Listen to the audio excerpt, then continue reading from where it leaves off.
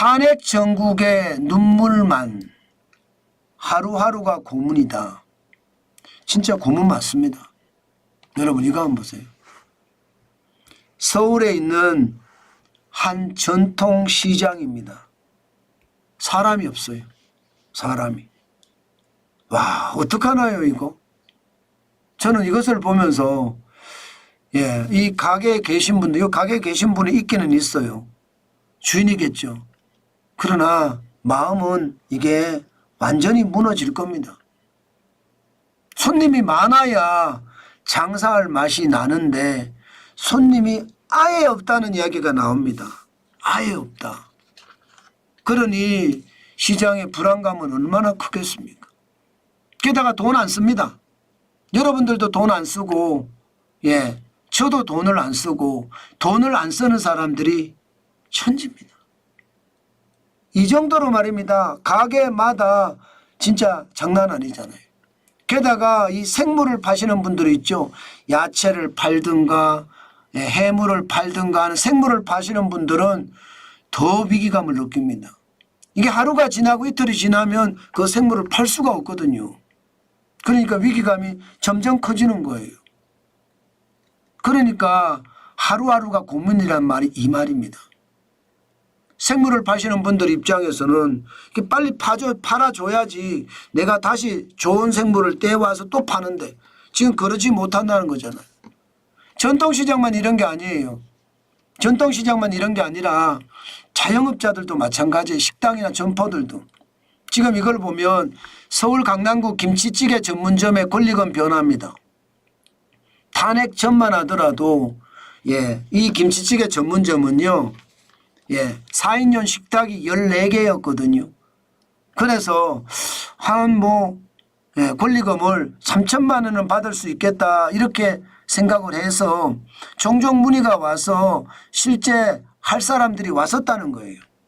그런데 지금은요 탄핵 이후에는요 1,500만 원 이야기하길래 기겁을 했다고 합니다. 아니 내가 가게 인테리어 비용만 얼만데 그리고 손님을 얼마나 내가 여기다 모아뒀는데 이게 1,500만 원이 왜 말이냐 이렇게 이야기할 정도로 본인이 전화 받고도 화가 났었다고 합니다. 근데 문제는 장사가 안 돼요. 14개 테이블 중에 말입니다. 오후 1시라서 그런지 모르지만 12개가 비어 있었습니다. 12개가. 테이블 2개밖에 손님이 없었다는 이야기잖아요. 김치찌개 전문점만 이런 게 아닙니다. 그리고 강남만 이런 것도 아니고요. 서울 마포구에 있는 햄버거 가게 여기도 지금 마찬가지라는 거예요. 2022년에 1억 원을 들여서 가게를 열었는데 지난해부터 어려웠다고요. 지난해부터. 올해가 아니에요. 지난해부터.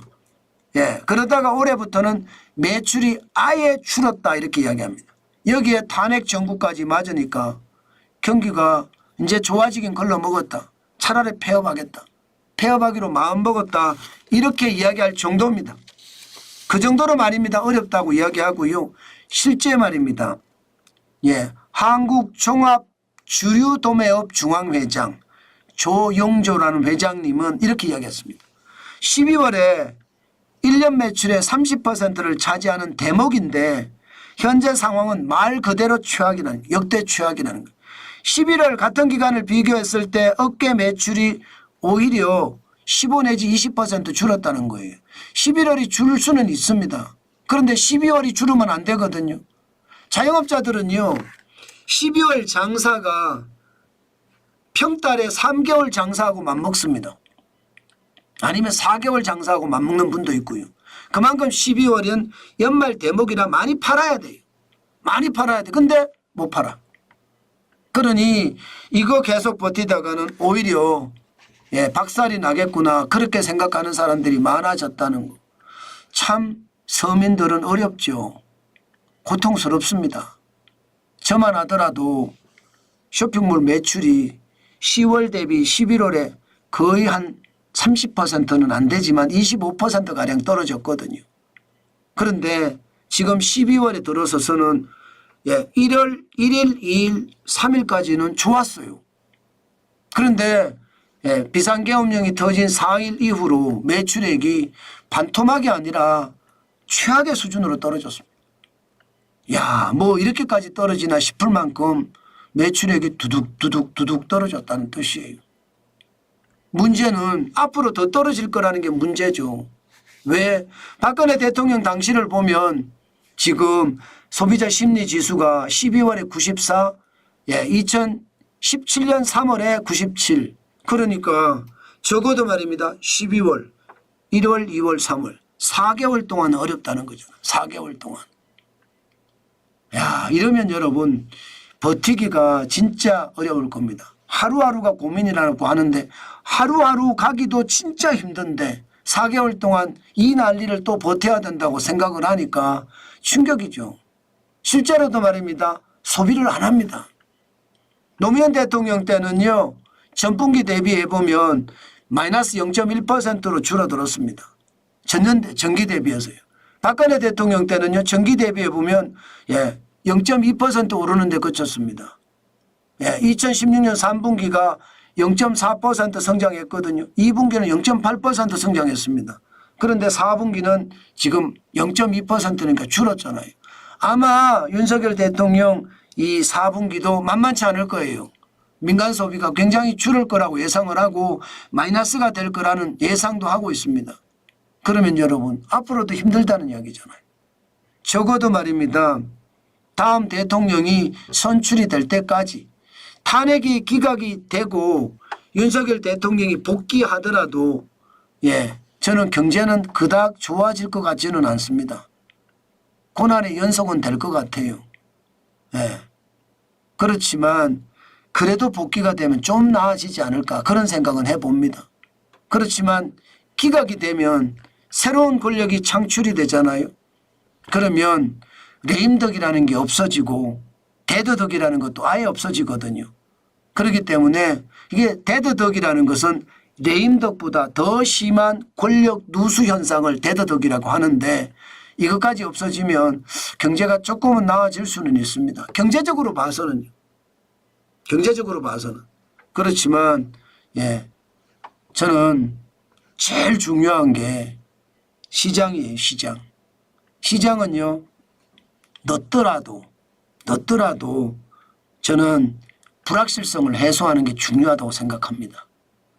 윤석열 대통령에 대한 헌법재판소의 탄핵 심판 어떤 식으로든 기각이 되든 인용이 되든 시장에 충격은 줄 수밖에 없거든요.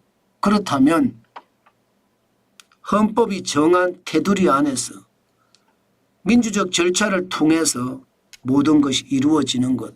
이게 대한민국의 자유민주주의가 더 공고히 되는 거니까 저는 중요하다 이렇게 생각합니다. 정관전 TV는요. 지금처럼 말입니다. 자유민주주의와 시장경제가 정착할 수 있도록 제가 할 수 있는 범위 내에서는 다 해보겠습니다. 오늘도 여러분 댓글로 많이 올려주시고 또 이것이 집단지성으로 계속 쌓여간다는 것 저는 굉장히 중요한 요소라고 생각을 합니다. 누가 무슨 일이 벌어져도 우리는 독불장군, 독불장군이라고 이야기해야 되나요? 이제는 각자도생이란 말이 독불장군으로 자꾸 제가 해석을 하는데 그건 아니고요. 각자도생이 되는 것 저는 굉장히 중요하겠다. 그 말씀 드리겠습니다. 만약에 윤석열 대통령이 이게 기각이 되고 대통령으로 복귀했을 때 야당은 어떻게 나올까요? 아마 거기에 따라서 우리 경제는 굉장히 달라질 거고요. 또 기각이 돼서 인용이 돼서 조기 대선이 치러지면 또 그에 따라서 많이 달라질 겁니다. 어쨌든 대한민국 전체는 격변기다. 그렇게 생각을 하시고 시장에 대응을 하면 되겠다. 오늘은 그 말씀으로 마지막 하겠습니다.